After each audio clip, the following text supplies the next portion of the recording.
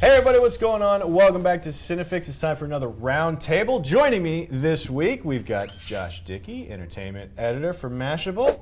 We've got Dustin McLean, Homemade Movies, coming back. Are you excited about that? I am excited. Ben is working hard on it right now. Busy as all crap. Yeah, well, people wanted it, and it's coming back. All right. Well, good. We give the people what they want. So long as people want it, eventually, I think it's fine. Yeah, well, we'll see. T, hi. Hi, guys. Hi. That's all I got for you, apparently. I'll sing myself and out. I am Clint. How's everybody doing this week? What are we talking about this week, guys? This week, we're talking about forgiveness.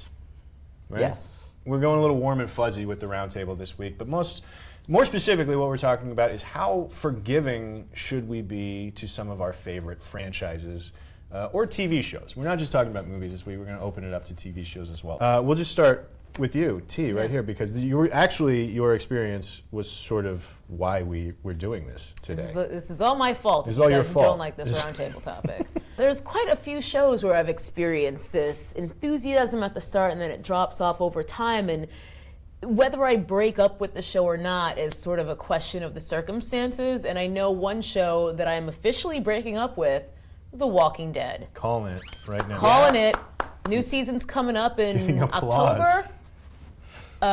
I used to have some fucks that I gave for this show, but I'm fresh out. Fresh out. I didn't start watching it from the very beginning. I sort of came in, I think, during season 2 or maybe during season 3, binge watched and caught up. As time has gone on, I've noticed that it's just the same thing over and over again. It's like great starter, great ending, and a bunch of horse shit in the middle where they're just wasting time. Yeah. And I'm over it. Yeah, you have been hate watching The Walking Dead for a while now. Way too long. Yeah. I wish I had broken up with it sooner. Right. Yeah, it's so funny. Like, we hadn't talked about this before, but I also had decided Yeah. I'm breaking up with that show this season. And you know what's funny is I was catching up, and I didn't even see the season finale. It's still on my DVR, and like I don't even care. I don't even. So you've literally just got the one episode left, Yeah. and you'd be caught up, but you're nope. For It's some even reason, better, I just know going back now. I'm like, all right, I'm not caught up. Yeah. I don't want to be caught up. I'm not going to watch the new season. I'm just over it. What is it? Is it just a deterioration in quality that'll cause this to happen, or is it like a thematic thing that they keep just covering the same ground? Or disrespect? Does it feel disrespectful at all that what they do with their fans and with the show? I think the second two things. I don't really think that it's been a deterioration in quality because when I look back, I'm like, oh, this was never that good. And in fact, the most recent season was better than the previous one. But I do think that they've been jerking their fans around for way too long, personally. I won't be fooled again, to quote The Who. If we're going Who. Full Who. Or actually misquote. Full won't Who on be the fooled, Won't get Walking fooled Dead. again. Josh, do you have any TV shows that you had that experience with? Well, I've been sitting over here quietly listening to this conversation for a reason, Clint. And here's what it is. I have lost my patience not just with individual television programs. I have lost my patience with television almost across the board. Now, that isn't to say that I don't watch TV shows. My new going theory, and this has been working out quite beautifully for me, is to watch season 1 and be done. I think the writers have an arc in mind for the first season of any given TV show. They never know really whether the show is going to continue on. So they unload their best arc. Usually there's some kind of a conclusive element to the final episode of a show that hasn't necessarily been renewed yet, and that is always the best season. That's always. So I find myself constantly watching a TV show being like, I love this show. And I'll give you a long list of them if you want, but it's almost every show that... Short list. I mean, just as a very recent example, Unreal, which I thought was an amazing first season. Like, what a fresh and weird and like really witty behind-the-scenes look at reality television, but also just really well-written, sharp women. And I started watching the first episode of season 2, and I was like, no, I'm back. nothing wrong with the season, nothing wrong with that episode. I just feel like that's it. It is an 8-hour movie, essentially, that came in for a really great landing, and I'm good. It's also interesting when you think about the way that TV shows are pitched. And so often TV shows are pitched with a really detailed first season and then kind of a Bible about where it could go for seasons 2 through 5 or something Right. like that. And those It's are not that well never thought out. as detailed. You Damon Lindelof your way through all subsequent seasons. That's so I guess. funny. I was just thinking of Lost, which I actually never watched. I watched, I believe, the first 2 episodes, maybe 3 episodes of Lost, and I remember thinking, wow, this show's pretty good. And then I never watched it again, and I never felt the need to. Yeah. I don't know what it was, but I have to disagree with your theory that the first season is the best, because I have seen shows get better with time and then ultimately get worse again.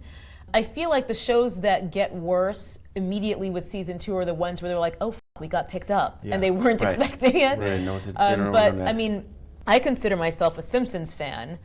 Like I learned 35% of everything I know from The Simpsons, but I also haven't watched The Simpsons in like 10 years Yeah. because they've sucked for a very, very, very long I time. don't know who they're making The Simpsons for anymore. Vine stars, I guess. Yeah. I don't know, but Yeah, I don't know a single person that watches it currently, Yeah. but Yeah. everyone knows it and lives it and breathes Right. it still. And no one will say a bad word against But we will have a Yeah. we'll have a lifetime of Simpsons episodes that we've never seen before to enjoy in those moments when they do pop up into Right. our lives. Yeah. Which is what's kind of cool about. See, now I was speaking very specifically of serialized TV, and in particular genre serialized TV, where you don't necessarily know what's going on. So Lost is a great example. Yeah. The Walking Dead is a great example.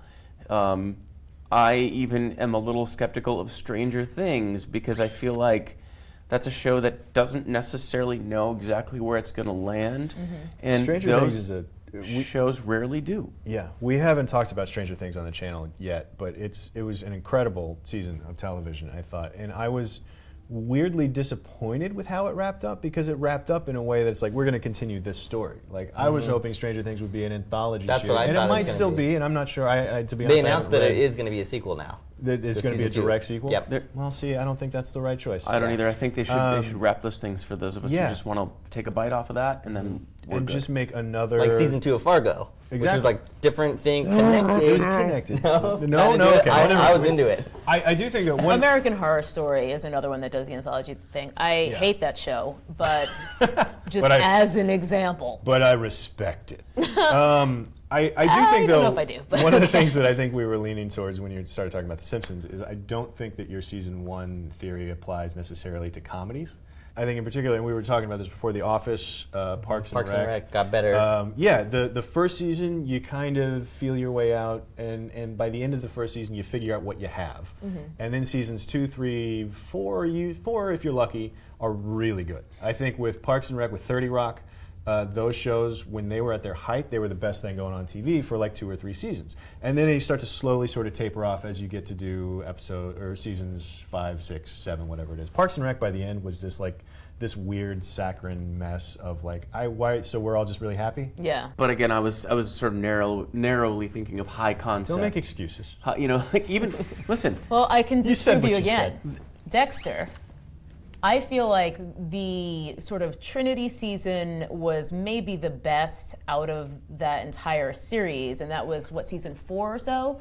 And then Yeah. it ended, it's one of the worst series endings Yeah. I've ever seen. And the I hate watch smugness that one to the I end. feel with never having watched that show when I saw that thing crash and burn made it worth never watching that Yeah. show. But see, here's another thing that I do. When a show is picking up traction early on, sometimes I'll just wait and make sure that it doesn't start to get Burn completely out. listless. Like, as Breaking Bad was coming to an end, you could tell that it was building something and that people were getting more and more excited, and it was getting better, and it had really found its footing. And that's when I jumped in and binge watched my way all through the whole thing. Breaking Bad's one that just kept getting better. Yeah. Whereas with something like Lost, I was 2 or 3 seasons in, you could tell this thing doesn't know where it's going. They're kind of bullshitting There's us polar right now. bears here. What? Yeah, exactly. I would, though, the dramatic narrative series, just watch season 1 and get out, I think is a pretty good idea. It's something that I think more people should think about trying, not necessarily purpose building their viewing habits that way, but like being okay with being like, you know what, season 1 of The Nick was great and I loved it, and they made Yeah. a season 2 and I don't need it. Don't care. I You're don't like, need I to see it. can't do it. And so speaking of forgiveness, like The Office, Yeah. I know it's bad, but I'm like so invested, I feel like, in the characters. I don't care if it's not good. Right. I'm like always remembering back to like the heyday of the early seasons that were good, but now I'm just like, I need to find out what happens with these characters because I'm Right. so into it. So I think personally, I'm just way too forgiving Yeah. with kind of franchises in general because of that. I don't know what it is. I'm like so loyal to like, well, I started it. I gotta see it through, I guess, Yeah. all the way to the end. There's two fallacies at play here. I told you it was going to get weird. I told you it was going to get weird. today. You did warn There's us before we started this. There's it the was going to get sunk weird. cost fallacy, which is I've already put in so much time on Yep. this thing that I need to see it through to the end. Correct. Which it exists in people who start restaurants and people who start television shows, and it's And people like sitting at blackjack tables. right. You have to recognize. Yes, Get it back. Let me exactly. get it back. I need to chase this thing all the way down and see if I can pull some value out of it. The other one is the loyalty fallacy, which is I think not as well known, which is like you start to feel a connection to like you almost owe something to these people. I think to be very just cold and calculating and saying, nope, my time is valuable and my life is valuable and I'm cutting you off. Yeah. But what if it's it a gets breakup. better? What if it is like on a down slope and then it goes up again? So I've That's got like how I got major strung along so major long with The Walking FOMO. Dead. Yeah, it's like I don't want to be left high and dry if everyone starts talking about how awesome it is again, and I'm like, oh, I got to be able to talk I about stop. it. Yeah. I got to be part of the conversation. That Exactly. I think I've watched a lot of stuff that I just don't like. Like Lost was like that. Like I watched Lost for no reason at all except to be able to talk about it, and that's dumb. Like Yeah. I real dumb. regret spending all those hours watching Lost. That's A the lot water of people cooler love fallacy. a lot of people love Lost. Whatever. It was not for me, but I watched it for no reason at all. I can say that one aspect of determining, because I can say across the board, I do stick around longer than I should. Like I've hated The Walking Dead for way too long to You have. just be quitting it now. We've had the same conversation for a long time, Yes. and I'm surprised that we haven't done a it's roundtable finally about it taking yet. this time. I think one aspect that makes me stick around even longer is when the end is in sight. Yeah. Because Dexter was real bad, but I knew it was ending, and I was just like, oh, I just got to see how it ends. Yeah. Can I dive back into movies for a Please second? do. Tell No, me- I was tell me what actually you just going to think. transition into movies. Let's talk about movies. Do you consider the Marvel Cinematic Universe a franchise? It is kind of a big franchise, right? So Yeah. I am sort of like what you're saying where you've watched Lost and you didn't like it. I feel kind of, I don't say obligated, but I want to watch everything. But like, for instance, I cannot stand the Thor movies. But I force myself to watch gotta have them them. Yeah. because I need to connect the dots from here to here. So I don't want to, again, it's like FOMO. I'm like, I can't miss out on whatever I might miss Right. to get to the next one. I have the opposite perception of, and I guess maybe this isn't even the best example because I'm no like huge comic book fangirl or anything, but I do find that because of the initial commitment, like, okay, that's 2 hours of my life, I'm going to skip that one. Yeah. I have no problem skipping over the movies and only kind of cherry picking the ones I do want to watch. Whereas with a TV show, it's just like, oh, one more episode, I'll just have another grape. You know, it doesn't seem like it's big of a bite. And then all of a sudden, you've eaten all the grapes. I've eaten all the Yeah. grapes. Well, what if we look at the Marvel Cinematic Universe as a franchise that, that you're sticking with, even if you may or may not be hate watching it or lost watching it, in my case, what would make you just give up superhero movies altogether or Yeah. Marvel movies altogether? Well, I'm a Marvel in the tank for Marvel, and I like the Thor movies, by the way. And I can't wait for Ragnarok coming out in November. Ragnarok's going to be a different one That's altogether. different, yeah, I'm But excited. that's a different conversation. But it would take quite a bit, and it would take for them to really overstay their welcome. And I feel like we're starting to see the end in sight. I think that the Infinity movies are an end cap that will then launch us into a new Phase 4. I think is what we'll be on at that point, with a whole new group of heroes. And will I continue on with them as loyally and as excitedly as I'm? I don't really know. Is I can't Ant-Man tell. going to move my needle like Is- Iron Man does? Well, he might even move on too. I mean, I think that Brie Larson is going to be the center of the Marvel Cinematic Universe as Captain Marvel in Phase 4 and going forward. I think at some point, it could run out of steam for me. And I'm a huge fan of these movies. I've seen them all. But I don't. I always reserve the right to just be like, that's enough. Nope, I'm backing I'm out. away. And I'm telling you, it's kind of a new way of thinking, but you have to preserve the ability, or at least be open to the idea of saying, Just walk I've had away. enough. Yeah. Let's talk some of our personal picks for franchises that you absolutely love. You guys got any? For years and years, I saw all the Bond movies as they came out. From the time I was an old enough kid to go to a movie by myself until the first Daniel Craig movie, which I thought was good, Casino. But then after that, I stopped a Bond nut, like, and I objectively agree that, gosh, 75% of the Bond movies are legitimately bad. Like, they're just bad. And I'm not real sure how the franchise is what it is when you've got, just as many Die Another Days under your belt as you do Casino Royales. Like, it's strange, but I will go see a James Bond no matter what. And I'll be like hypercritical about it too, but I'll also love it in a way. Right. I can't believe we've gotten this far without talking about Star Wars. But Well, that's gonna why be I my wanted to bring pick. this up, because we're running out of time and we're going to bring up Star Wars. That's kind of like my obvious choice, I think, and Sort of the like Mac what you Daddy said. of franchises we have to forgive. Yeah, and like we can be critical of them, but then for me it's always with the caveat. But like I super love it no matter what. Also, Exactly. like, don't get me wrong. I know you've talked about a little bit of Yeah. Star Wars fatigue, and I see in the comments too. It's like, oh man, they're really gonna milk this. I'm like, no, we're just getting started. Finally, it's like this Finally. beloved, thing from all of our lives. But I think now we're finally at the point where like I can't wait to see where this goes. I'm into everything. If they're gonna do TV shows, the spin-offs, the anthologies, the main trilogy, everything. I'm like ready. So ready if Rogue for it. One comes out in December and it's garbage, what are you going to It do? would be very forgivable for me. Yeah? Yeah, I mean, You'd I'd be like, disappointed. yeah, I mean, it's garbage, but I mean, come on. Just basically that. I'd be like, here's the good things I liked about it, but also I would be prepared to accept the next one and the next one. It would. Yeah. That one is like so in high regard that I'm gonna be very forgivable. I think Rogue One looks great. I can't wait for that. I think that might be the one that pulls me right back in because it looks like a big war. It's just rocket launcher on the attic. Woo! The TIE fighter. Like that's what I want out of my Star Rad Wars sound movies. effects. Yeah. made by I don't people's want mouths. Chewie, we're home, and there's no crying in Star Wars. Not one person has ever cried in Star Wars. Well, that one What is person wrong never- with you people? Ever You're acted hard ruining it enough for in us. Star Wars. I'll tell you what will make me walk away from Star Wars if we continue on this path of okay, that was good enough, and yet people keep breaking down in tears at the goddamn Star Wars celebrations because I can't take much more of that. It's the fans that are ruining it for me, Really? not the movies. I was thinking, I don't really have unwavering franchise loyalty, and this is probably another roundtable discussion entirely, but I do have certain filmmakers' loyalty where, like, no matter what it is, no matter how many bad movies I've seen from them, I just keep going back because I'm like, it's the Coen brothers. I want to see it. Not like I've seen a ton of bad Coen brothers movies, but Right. just as like filmmakers who's just like, if they have a new movie out, I'm gonna see it. Right. Even if that movie is underwhelming and just sort of regular. Like who are these? Caesar. Chris Nolan, the Coens.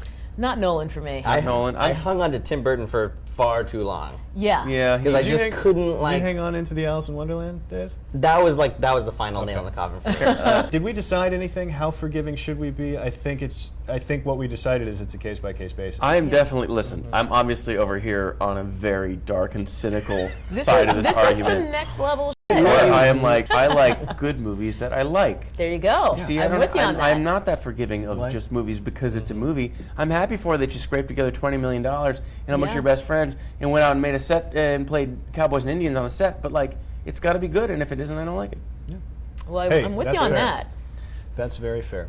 Yeah, I agree with I that. feel like but you should start a cult. I'm very like, you're making a lot of sense to me right now. Okay, I'm in. Let's get some Nikes Your time and some is more Kool-Aid. important Yeah. than that. I'll get us a good deal on white jumpsuits. Let's all get together and not watch movies and TV. All right, well, that's going to do it for us. Get down in the comments and let us know what TV shows, what film franchises are you like over committed to? Which ones are you hyper committed to? Which ones are you committed to just the right amount?